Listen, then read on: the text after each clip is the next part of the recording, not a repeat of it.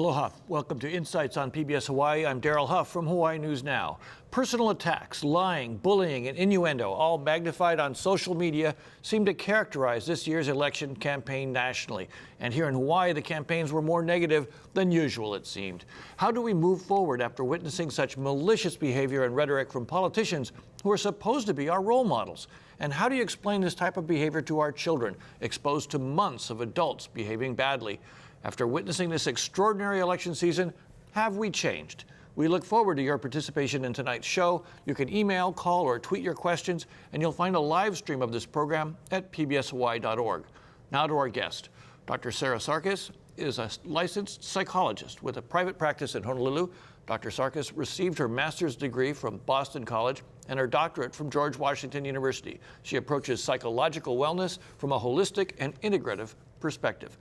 Stephen Chinen has been an educator for more than 35 years and has worked with youth of all ages. Since 1997, he's been a school counselor at Helimano Elementary in Wahiawa on Oahu.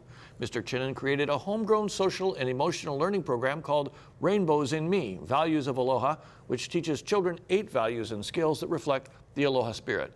Josh Levinson is with Islander Institute, which is working with community-based organizations to ensure that our systemic problems are addressed with island values. Mr. Levinson was also a field organizer for Neil Abercrombie's successful 2010 campaign for governor, overseeing the campaign's digital media, and then communications director during the first year of Governor Abercrombie's term. And Ryan Ozawa is a social media expert and advocate for technology that brings people together. He is the communications director for the local tech firm Hawaii Information Service and a former newspaper editor.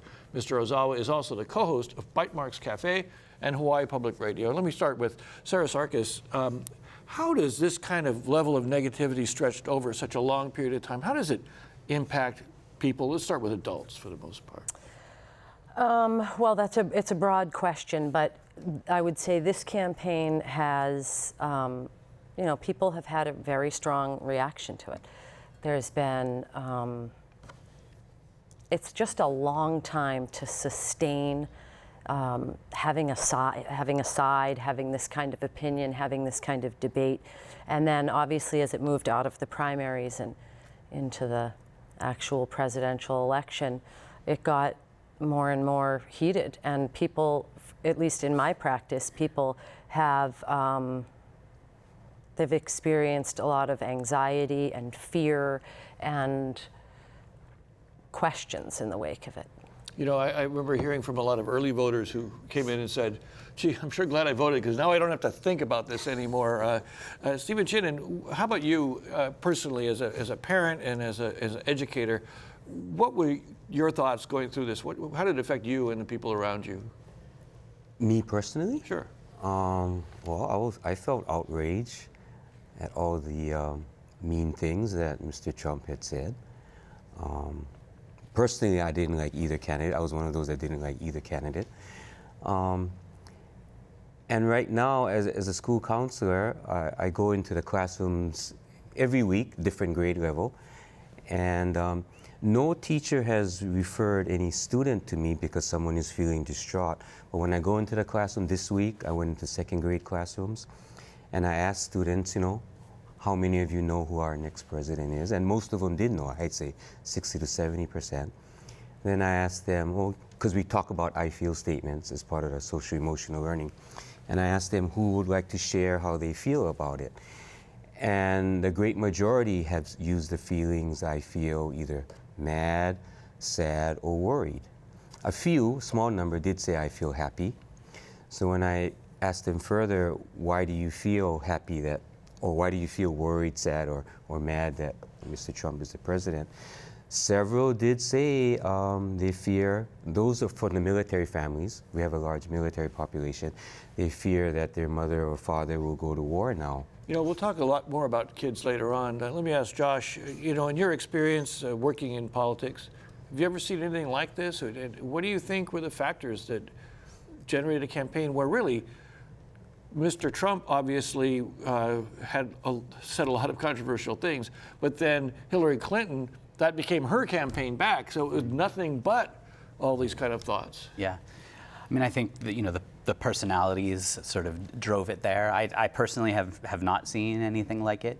But also on a personal side, I also found it not that difficult to phase out. I tend to be a little bit vigilant about not watching television. I don't have television at home.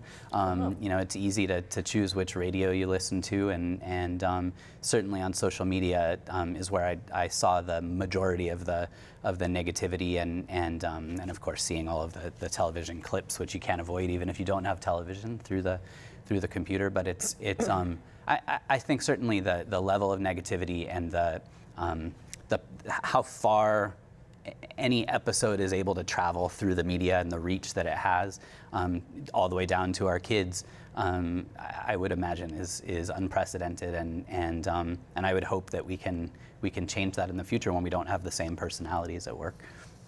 You know, Brian Ozawa, both from your perspective as a father and a business person, and as and someone who's really tuned into the technology side of this, what was your experience? What did you see that really struck you as being difficult to deal with? Well, you know, I've been really into technology from the beginning. I ran a dial-up PBS, which is sort of like a Facebook where only one person could be on it at a time, to today's world.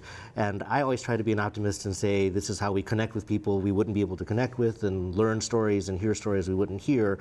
But certainly, I think that going back to maybe even the Howard Dean campaign, where he said, okay, this is the first social media campaign. You had Obama's very, I think, successful use of technology and social media.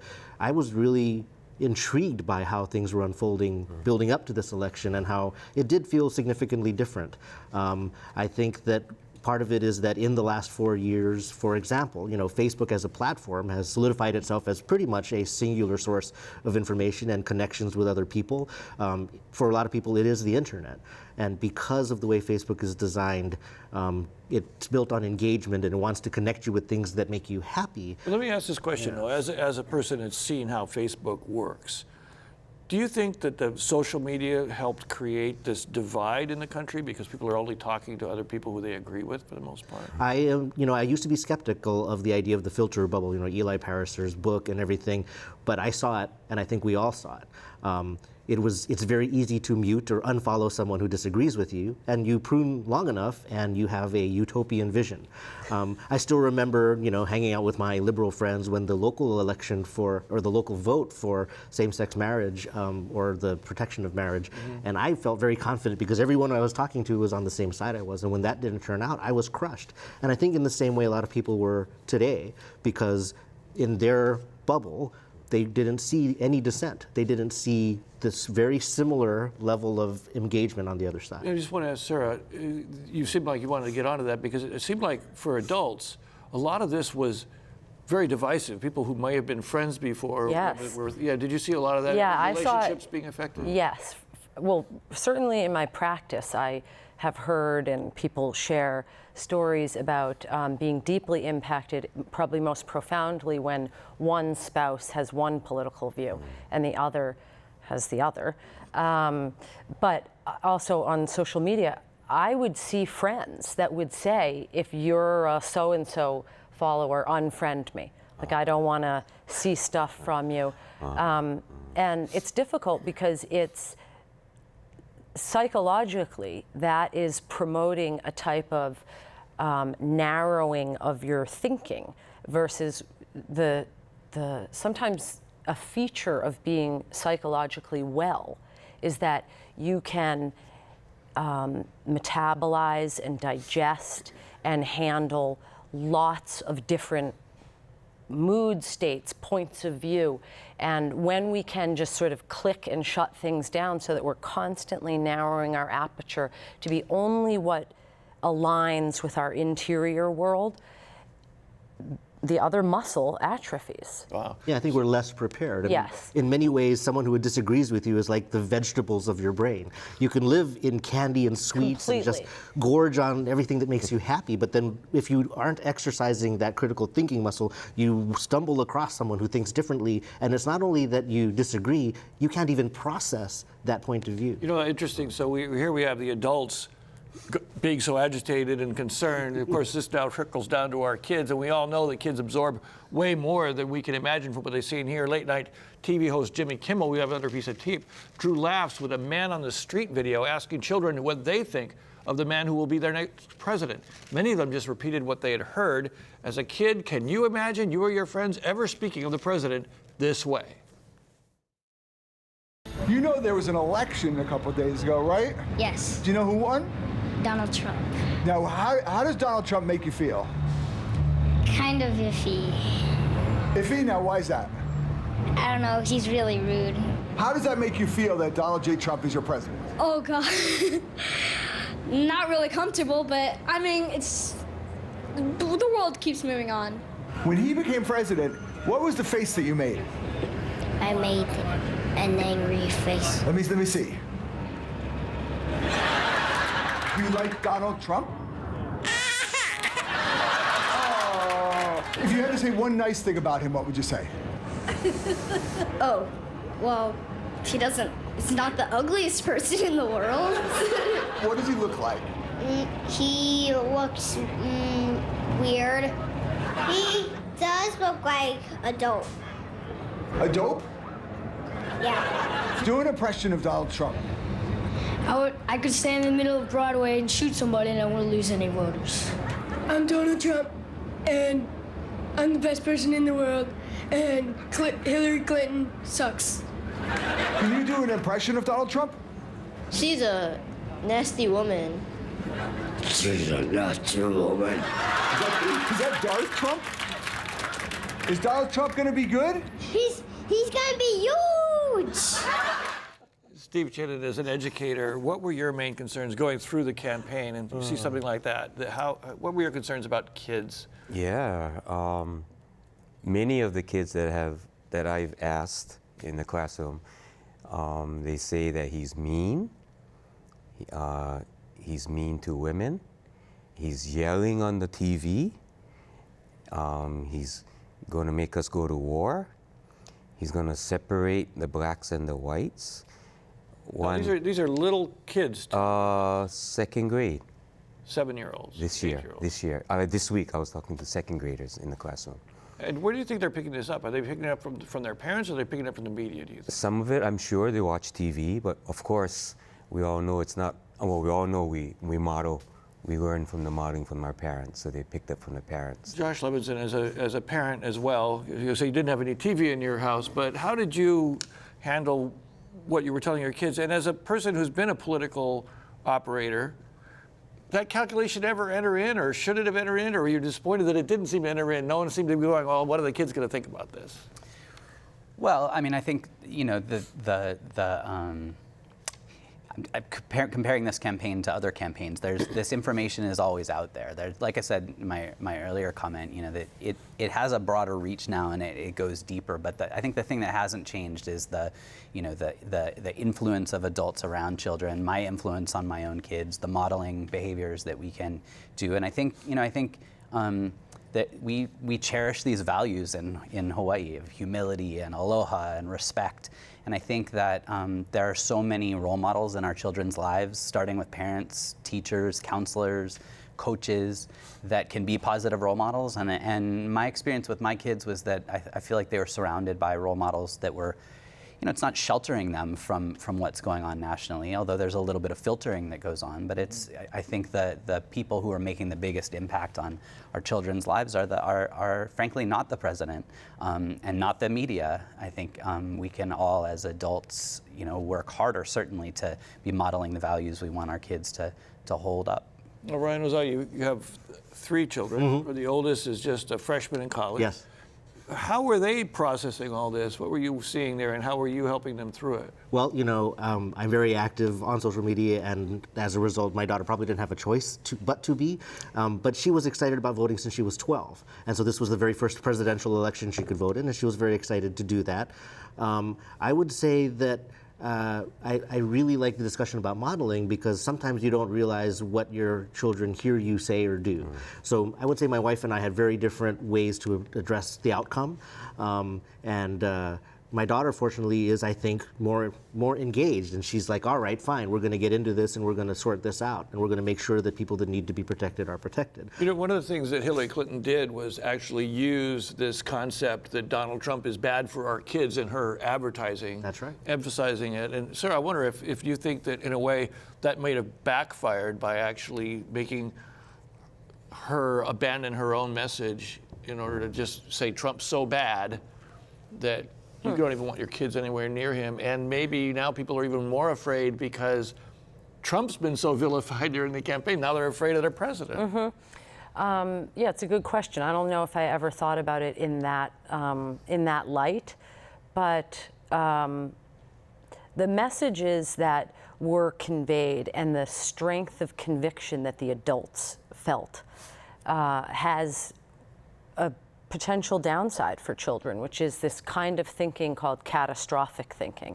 And it's sort of all or nothing thinking. And we know from better understanding the emotional world of people that struggle with acute anxiety that catastrophic thinking is at the center of a lot of anxiety disorders. So I sort of echo the sentiment that the fear is that, or one of the pitfalls is that this campaign season has indoctrinated a whole generation of children into this kind of catastrophic thinking. And we know that how you do one thing is how you do all things. So it's not just going to, now that the campaign is over, it's not just going to stop unless we model to our children a type of thinking that's much more fluid and even tempered. You know, Stephen Chinnan, you mentioned that people were saying, oh, Trump's going to divide the races, right? That's certainly an exaggeration, right, of what he ever said. But in a way, many times the Clinton campaign, Clinton supporters were saying exactly that's what he was going to do. Do you think that a lot of the fears now that maybe they're experiencing is because they've got an overemphasis of certain things that Trump did because their parents were expressing this catastrophe ahead? What do you do about that if you're a parent? How do you get your kids back into an even keel if they're scared now? Well, my exact experience, when they asked me how do I feel, I was honest. I said, I feel worried because Mr. Trump has said a lot of mean things. But I hope that he will stop. Well, this is what I said, that we have 4 people from Hawaii in Washington, D.C. that represents us, 2 senators, representatives. And I said, I hope they will bring the aloha spirit and let Mr. Trump know about the aloha spirit, and he will stop. Because at our school, we do emphasize aloha spirit, empathy, compassion, taking cares. So it falls right into what they're learning at our school. And I used that, and I said that. Josh Levinson, did you feel like the way the campaigns were both being conducted was an overemphasis, both people saying lies about each other or misstatements about each other, just confused the heck out of people, especially kids? Well, so I mean, starting with adults, actually, I don't think it did confuse people that much. I mean, I think people were shocked and appalled at the rhetoric in the campaign. I have a hard time believing that. I guess I have a much higher view on people's intellect than the campaigns did, which made it all the more shocking that this is the way they were acting. Of course, I don't know how all kids took it, but just with my own children and the other children that I have interactions with, I think it was the negativity. Certain they were aware of it, and they knew that we were all kind of on heightened alert, if you will, about what was going on. But I just sometimes I try to remind myself about the presidential election and even a lot of the local elections just not being that relevant to children, and it doesn't have to be. And we I think we sometimes, by the way we act around them, it gives it more relevance and makes it feel like it's going to have more impact. But kids, 2 things: they are at a stage in their lives where they're soaking up all kinds of information, and a lot of this is really abstract. And the other thing is, I think we shouldn't underestimate the kids' ability to filter sort of truth from lies, and to be resilient, in the face of negativity that's out there that certainly this isn't the first time they've experienced negativity in their lives. It happens every day. It's just that this was, the stakes maybe felt a little bit higher because of the attention everybody was paying. Right, I'm curious about your other younger two are both girls? Boys. Boys, okay. Yeah. I'm curious about particularly your daughter and, and her. I heard an interesting thing on the radio the other day it was a story about how so many people thought Hillary Clinton was going to win. And so many young women were excited that we're going to have a female president, and her own campaign had a lot of stuff about women's image, right? Using the Trump stuff against him. How did she respond to all that stuff? Did you feel like, and how do you think girls would be responding to that? And then she loses. Well, so I would say our household was devastated, but definitely from the standpoint of being a woman or being a young woman in this country, I think it was very exciting to have that potential. And one of the things that I thought I learned a lot about was, again, perhaps overconfident in an outcome. You have to be wrong in front of your kids, but you have to help them process that. Right. So we might have felt comfortable. We thought that this was going to turn this way, and you could have put some extra faith in what I said. But as we come to terms with how it turned out, what can we do with that? I would say that she takes to heart, genuinely speaking, that you can have. We've always said you might have a stronger resume without your name on it, but once you can see a gender or a ethnicity, sometimes that is a disadvantage. And I think that those illustrative stories were writ large for her. But I think, fortunately, I hope Kate is more motivated to break those barriers herself. Sarah, do you think that, how would you advise parents who are dealing with their kids? What would you say to them about what they should tell their kids about what they just witnessed or experienced? Well, I think I would start by emphasizing that, as we've been saying here, this buzzword of modeling. And we know that children basically will do what we do, not what we say. So you're sort of off the hook in many ways with what you say. But I do think that how you conduct yourself, both in your marital partnership and in the community at large, that sort of does the work for it. If you have a child who has absorbed a certain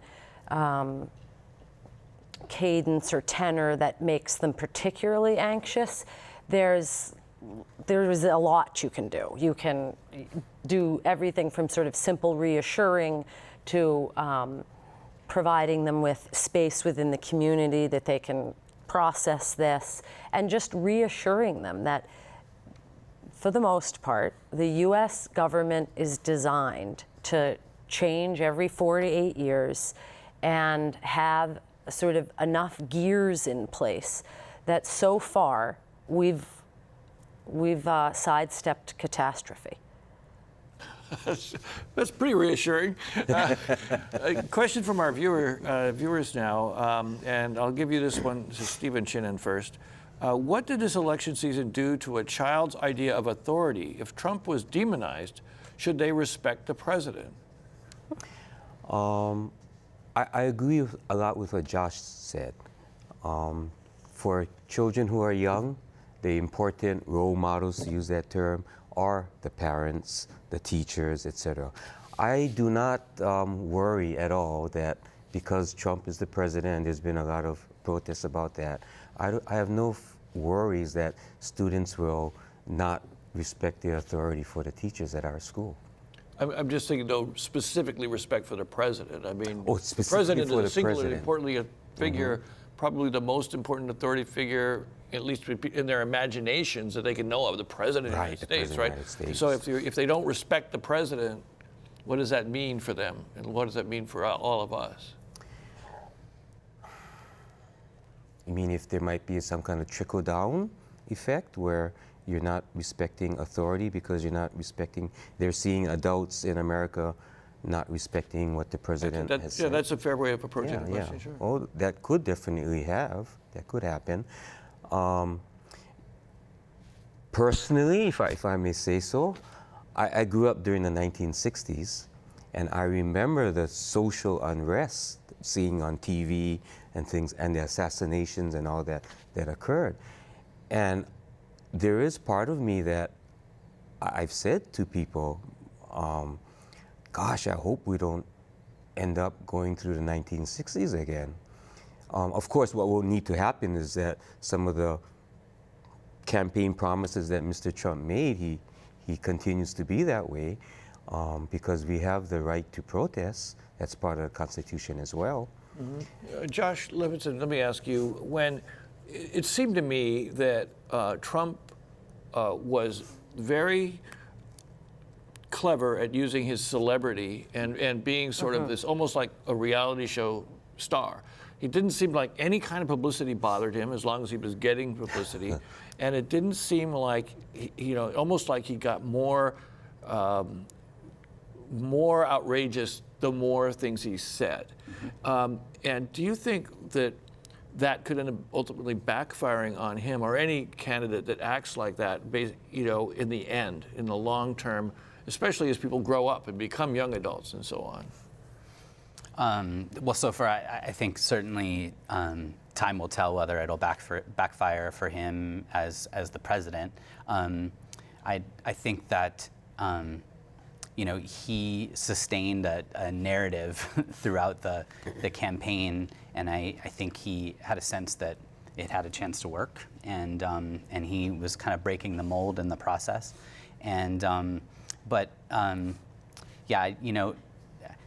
If you could repeat the part of the question that relates to children, Well, I'm just wondering. I mean, a couple of the kids in that clip were treating it like it was all a show. Yeah, I see what you That's mean. what I'm. Yeah. Will they take it seriously if they're just saying, "Oh, that's just another TV show I'm watching"? So I guess, as I said before, I mean, I wonder the presidency and the power of the presidency and the impact of the presidency is such a large, abstract concept that I question whether children have the ability to grasp it, even if they've been paying attention. I don't think they do fully. Yeah, and I think a flip side, maybe an opportunity that comes from this is that, with the heightened attention to this presidency and maybe the additional awareness that they have during this election as opposed to other elections, it may be that it's a great learning opportunity for the power of the presidency, the impact a presidency can make, and why these elections are so important. I think there is a good chance that this will lead to much more voter engagement in the future. Well, I think an interesting way to phrase it is kids might not really understand the complexity of a presidency, but we are definitely raising generations that understand celebrity. Now people can be famous just for being famous, not for any specific thing, but fame is its own reward. Celebrities and stars, I think they can understand that culture. Yeah. So whether it's a good thing or a bad thing, it might make them aware of the power of that kind of attention that someone can get. Because we're also telling kids these days that anybody can, thanks to YouTube or platforms, you don't need a network or a label to make you famous. Anybody can be famous. We're seeing the vast extreme of perhaps what that kind of power can bring somebody, but that I think is certainly a learning opportunity. Really quickly, Sarah, do you think that that kind of new image of campaigning does trivialize the importance of it? The people. Well, specifically for children or humans in general? Being, yeah, sure. I mean. Well, specifically to children, I agree that cognitively and emotionally, children just up until a certain age, they just don't have the neurologic development to fully grasp the things that we are grasping about these candidates and about what this means for the trajectory of our country. They just don't grasp it that way. That's not how their brain works. They don't even really have a prefrontal cortex. So I think they're insulated from that, but they mimic and they repeat what they hear. That larger question about sort of the like Instagram, Twitter, hashtag world of becoming famous for not necessarily merit. Right. I think that does change our society. And let me move on now. We're getting some questions coming in, and particularly about you brought up the Twitter, Instagram. Let me start with you on this one, Ryan. How do you think the world of politics is evolving around the technology that's out there? And I mean, Trump's Twitter is probably the most famous example of it. But overall, what do you think? Well, one thing that I think is remarkable is that, for better or worse, we had, and this is true of these platforms, but especially Twitter, we had zero filter between a candidate and the public. That I think people find that compelling because you usually feel, whether it's a politician or a celebrity, that there might be 7 layers of PR people between them and you. And I think that one of the powers and dangers of these platforms is that that filter doesn't exist, that moderation doesn't exist, and it's much easier to make a mistake. It's much easier to be misunderstood. And I think one thing that was very true in this election is it's much easier to propagate false information faster than the old institutions that used to try to mitigate that kind of thing can act. Josh, go to that. What do you think is going on there? I mean, it's, you know, it's not new that a politician can repeat something over and over again until people believe it's true. But how does social media and just the internet and the kind of news sites and the kind of television coverage, how does that all play into that? The propagation of mistruth. Well, you know, again, I've been, as I've been reading about the fake news controversy just over the last several days, I question the impact that it had on the election. Again, I just think that I mean, especially when your Facebook feed is a little echo chamber. You know, it certainly, misinformation coming out can fan the flames among, you know, a candidate's base, but I question, you know, how many undecided voters made a decision based on a fake news story. I also think we've become sensitized to fake news. There are very few websites with legitimate news that don't have the line of ads at the bottom that will lead you to all kinds of crazy stories, and I feel like the vast majority of human beings know the difference between the two. So I think time will tell. It's also not new. I mean, certainly the way it was delivered and I mean, some of the facts coming out of these stories about what people were paid to create fake news and even how surprised they've been at the fact that nobody fact-checked it is kind of shocking. But as for the impact that it had, I'm just not sure. I'd like to push back on that a little. I think that the impact could be measurable. I think that unfortunately right now Facebook's the only people that can tell you that. But a couple of things. First of all, people are citing these false news when you challenge them, when you're trying to say, let's have a conversation. And if they're basing it on something that's not true, I would agree that it's hard to change anyone's mind anyway. The other thing is when you say, can some meme on Facebook make people change their behavior? Well, you know, a couple of years ago, we were all pouring buckets of water on our head with ice in it. Yes. So even when Mark Zuckerberg says only 1% of our stories were false, they've shown a study recently, just today, that, you know, false news was propagated just as frequently as true news. So that's one problem. And I think the other side of it was that most people don't even read the articles they're sharing. It's literally the headline that's enough for them to pass it on. Let me read this caller's question. Caller feels that technology has allowed people to clearly see politicians and the political without filters, and they did not like what they saw. Please discuss. Sarah Sarkis, you did want to weigh in on that earlier question too, right, about the impact of the social media and so on. But do you think that this gave people an opportunity to see more of the candidates and then that was contributed to the negativity? And also I'm wondering if you think that the fact that these falsehoods were repeated over and over, sometimes by a small minority, but repeating them so repeatedly, it gives a false idea of how many people support something. I threw about 4 questions. Yeah, there were a lot of, yes. I think when you repeat something over and over and over again, some of it's going to stick.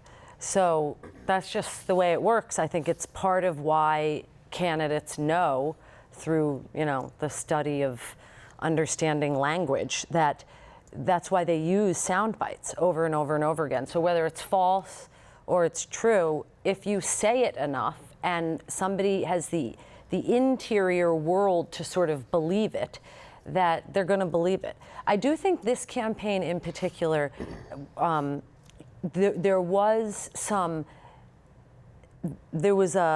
a group that seemed to be drawn to the doomsday prepping quality of this campaign. And that I saw all over Facebook, Instagram, Twitter. It would be, really catastrophic headlines, much more so than previous campaigns, which campaigns are by nature, I don't know how they do it. I mean, they're gladiators. They are emotional gladiators. But this one had some really dark undertones to it. Let me bounce this off of you, Stephen Shannon. It seemed like both sides were concocting, as Sarah describes, this doomsday. If you elect that other person, the world's going to go to heck. If you elect that other person, it's going to be worse. Do you think that is causing people to just get turned off, or just, what do you think the effect is on people of that kind of talk? I don't know, but I did speak to a young lady last week. I asked her, what do you think, what's your impression? And I hadn't thought about Armageddon, but she brought up Armageddon. She's a church person, and she said, so I asked her some more, and she said, well, people in her congregation, of course, they don't want to suffer through it, but on the other side of it, it's the biblical prophecy, and they feel good about that part. Yeah. Josh Levinson, you were involved in the internet aspects of the campaigns. What did you see in this campaign that you thought was exceptional in terms of the impacts of digital media?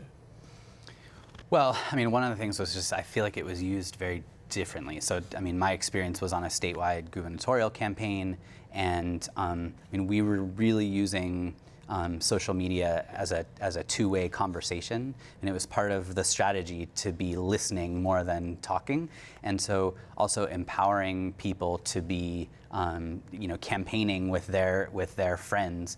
This felt much more one way to me, and it caused me to tune out. I knew where I stood years ago. It's been going on that long. And so I was disgusted by it. And I would actually argue that it caused a lot of people to check out. And if you look at the voter numbers, between the two top candidates for president, there were about 400,000 votes. It's greater than 50% voter turnout, which I suppose is something to cheer about for Hawaii. But we have a population of 1.4 million. There are a lot of people who aren't registered, but I think there are a lot of folks who just tuned it out. And anecdotally, though, I feel like this is pretty pervasive. I am in communities quite a bit. I work with a lot of community groups really closely. Have spent a lot of time with folks over, sustained periods of time, and this election was not something that came up. There's so much great work happening all over the state, and I think that, notwithstanding how much attention this got and how much it was in the media and on social media and kind of all the airwaves, I think that it's important for us to remember that I don't think we did succumb to it as a state or even as a country. I think that there was a lot of important things happening at the same time that were not affected. Okay, I got quite a few viewer questions coming in that I'd like to get to. One viewer, we did mention at the beginning that there was a lot of negativity in our local campaigns. I anecdotally spoke to a lot of candidates this year, and they said there was a lot fewer forums out in the community, that there just wasn't as much interest. And so the question is, today's discussion is focused on the presidential election and Trump. How do we talk to our children about local officials who also were negative and were more likely to run into it lungs? In other words, do people feel like we've got a whole negative view of politicians, that maybe something that is changing us? Sarah, what do you think? Yeah, I do think that the political animal has sort of got a bad rap over the last, say, 10, 12 decades. Years. Yeah, exactly.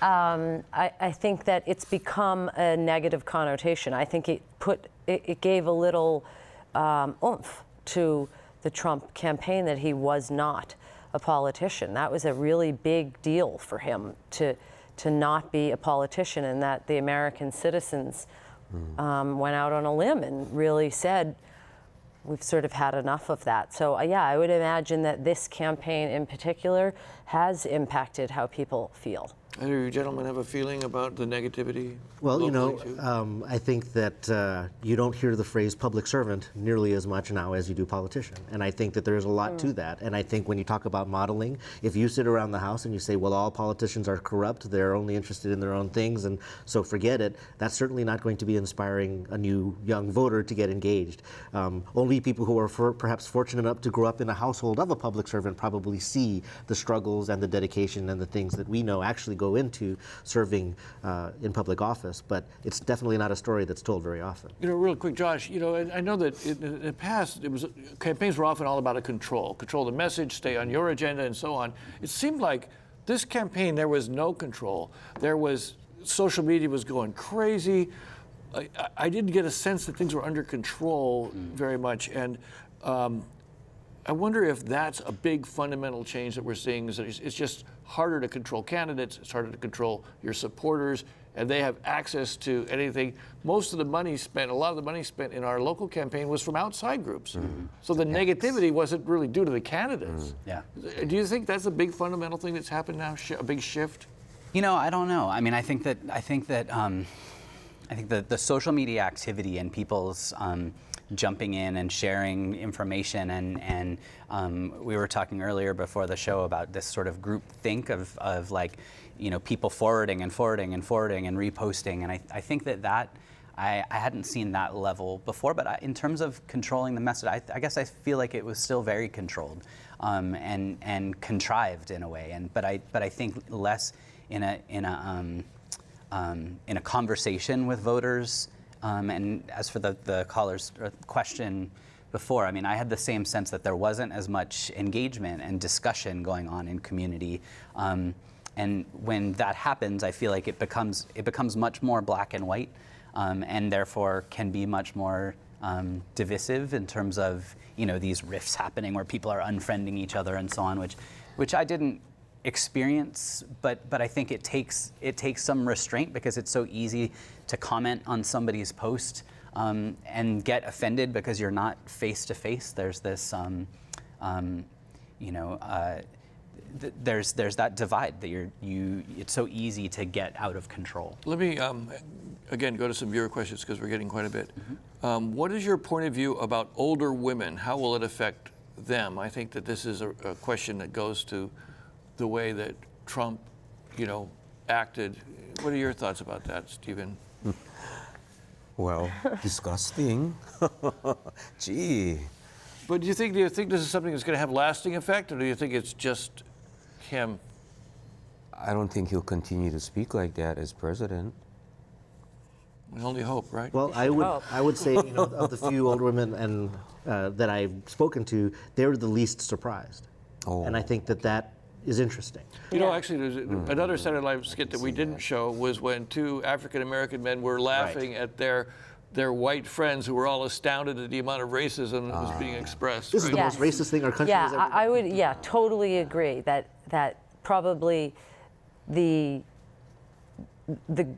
groups of society that have experienced being the most marginalized were probably the least, were the ones that were caught least flat-footed. You know, here's another question along those lines. What does it say about our society that so many people were scared to say they supported Trump, this silent majority that reared its head? And a lot of people were frightened by that in the end, because they went, I think one person called it a white lash.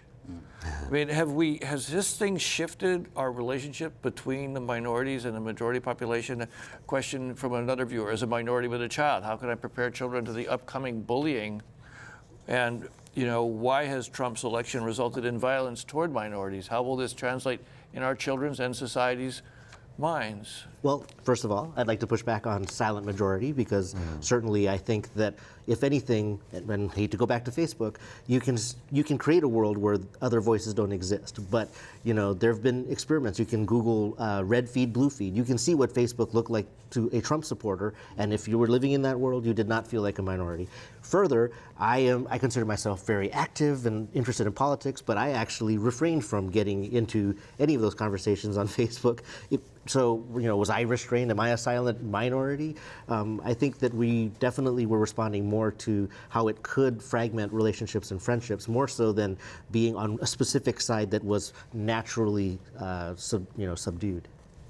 I think we have a real opportunity in Hawaii for all kinds of reasons to do a better job of not dwelling on the bad behavior, whether it's in national elections or locally, and to be really lifting up good examples of behavior. And I think we have so many of them in campaigns as well as in the community, different community leaders and organizations that are doing good work. And I mean, to the caller, I think that's one way that we can, address bullying, address bad behavior, is to not dwell so much when there are examples of bad behavior, because I think the vast majority of candidates and of visible figures in the community exhibit good behavior, and we don't do a very good job of really highlighting that. I have a couple of questions here from people who just asked generally, does the negative campaigning, is it going to turn off people? It talks about children, but I mean, if we get to the point where less than half of our population is involved in our elections, I mean, are we heading there? It seems like it. What do you think, sir?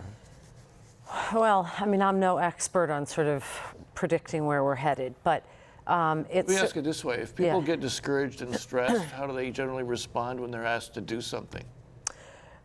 Like vote? Yeah, that's a good question. Generally, when people are stressed and overwhelmed, they will do that narrowing. So they'll narrow the information they take in, they'll narrow who they talk to, they'll isolate, and they'll sort of rely on what comes naturally. I mean, we're always changing. So certainly this campaign will have an impact, and we'll sort of see how it unfolds. But the good news is, to the discussion of that it's a real opportunity, is that we have the chance to begin to have dialogue that does hedge away from this kind of black or white, rigid, catastrophic thinking, and to model to our children and whatever sort of your insular community is that that you don't, that the next day the sun rose and everybody went to work and you sort of kept on going. And can I add something to that? I think that it's important to have time to reflect and do a certain amount of hand wringing, and then realize that the sun came up and your neighbors are nice and they say hello and good morning. But I think that what I'm starting to see, and I think it's really promising and exciting, is people starting to say, I have to do something. What can I do? And I think there are a lot of opportunities to channel that positive. I think it's positive. Maybe it was a reaction to something that felt negative and scary, but it's a real opportunity, I think, to have a new level of engagement. Not the kind of civic engagement that the Star Advertiser editorial talked about, which is like, we need to watch the, foreign trade policies really closely and see what's going to happen. That I don't consider that it might be an engaged citizen by paying attention to the news, but right. But there are tangible steps that people can take to be contributing to their neighborhoods and their communities and the state. I think we have a chance in Hawaii to really be a model and a leader. Stephen Chinnan, as an educator, and kids do get excited about presidential elections. I'm wondering, and one of the callers asks, do you think that kids who witnessed all this and are now being asked questions about how they feel and all this stuff, do you think they might be discouraged from becoming involved in politics, even as candidates one day? It's always said to a kid, one day you could be president. Well, I don't know if I got to go through that, whether I want to be president. I mean, what do you think about that as an inspiration to kids? Well, I see the point you're making. On the other hand, at least at the elementary school level, we have a lot of, as Josh is saying, positive examples. At the elementary school level, we have student council, where we talk about being involvement in doing projects. Just this week at our school, we're having that canned food drive, where people are doing positive things. And student council is heading that and collecting it and presenting it to the food bank. Student council is involved in other things. There's just a lot of good positive examples that we can point to. In a way, do you think that sometimes when people are very unhappy, it might actually inspire them to do something about it? Sure. Especially if they have models in the community that are modeling that even when you're distraught, you can use that emotion to create or promote change. It doesn't have to be that you like crawl under the covers and just sort of like wait out the next 4 years with canned goods around you. you can, if that's what's modeled. Well, I would say that, especially in a school environment, high school maybe, it wouldn't be the first time a bully or an annoying person was elected president of the council. So I think in many ways some things might not surprise our young people. But I agree that although you might be worried about the normalization of bullying, it also is an opportunity. It's no longer theoretical. There is an opportunity here to stand up to bullies. The whole conversation about internment camps coming up again, that's because we have generations that didn't experience it. And this is an opportunity to have that conversation again where it's less theoretical. So I think that there is definitely a lot of upsides that you can use from this very contentious election to help with the next generation. And I think what I'm hearing from all of you is it imperative for all of us to just be good examples, keep our head on our shoulders, and just talk frankly, but also be positive and look forward, right? Yeah. Let me ask this, Josh, and I'm going to pull back my cynical journalist hat on. Is there a calculation that politicians make and campaigns make sometimes that we really don't want that many people to vote? So let's go negative because we really want to just tamp down voting. There was a lot of talk about voter suppression. Do you think that, you said that you thought things were under control. Do you think that was actually an active strategy in this election? That's a good question. I don't know. And I guess I don't have enough experience with different elections to know. I mean, certainly in the election I was involved in, that wasn't our strategy. I was concerned personally looking at the results of this election that there were a lot of folks who stayed home because they were turned off and they maybe couldn't conceive that it would go one way or the other. The number of voters was quite a bit lower than we've had in some of the recent the election cycles in recent memory, and so if it was a calculated strategy, I mean, perhaps it worked, but I think some of it was circumstantial. I don't know that it was a strategy. I wouldn't diminish the possible effects of voter suppression on the grand scale that is being discussed, but I would say, when that became one of the narratives of the campaign, the fact of the matter is voters are a minority, and it's really the people who show up that make the difference. Yeah. So I think that in almost every circumstance, because not enough people vote, it's getting people to vote that makes that difference. I got an interesting question from somebody, and I've lost the card, so it's in here somewhere, but it basically was, how do you explain to a child that Hillary Clinton got the most votes but then lost the election? Oh yeah, that's a good question. And I'm wondering if people feel like, the system is rigged. Yeah, I mean, that's an example, because I have an 8-year-old, and it's hard to explain that difference between the popular vote and the electorate college, but that's an example where they're just going to mimic what they hear. If they hear an adult in the house being like, well, it's just rigged, and they're going to mimic that. That's a very complex concept for a kid to try to grasp. I mean, I basically just sort of said, I tried to explain it and then essentially said, as you get older, you'll understand. I mean, that's really complicated. It's very complex for adults to grasp. Yeah. I don't know that you will understand. It's really very difficult to try to describe how somebody could win the popular vote but not be the candidate. Okay, well, we have run out of time. I want to thank you all very much for joining us. I told you it would go fast. Mahalo for joining us, you folks. Mahalo for joining us tonight. Next time on Insights on PBS Hawaii, as baby boomers retire, financial experts predict we will see the largest transfer of wealth in history take place over the next 3 decades. At least $16 trillion will be passed on to heirs and philanthropic organizations. Hawaii's long legacy for philanthropy started with the Ali'i, who focused on healthcare, childcare, education, and support for kupuna. What is the financial outlook for philanthropy and Hawaii's nonprofits? Will our sense of kuleana for others remain strong? Join us 2 weeks from tonight for Insights on PBS Hawaii. I'm Daryl Huff. Ahui ho.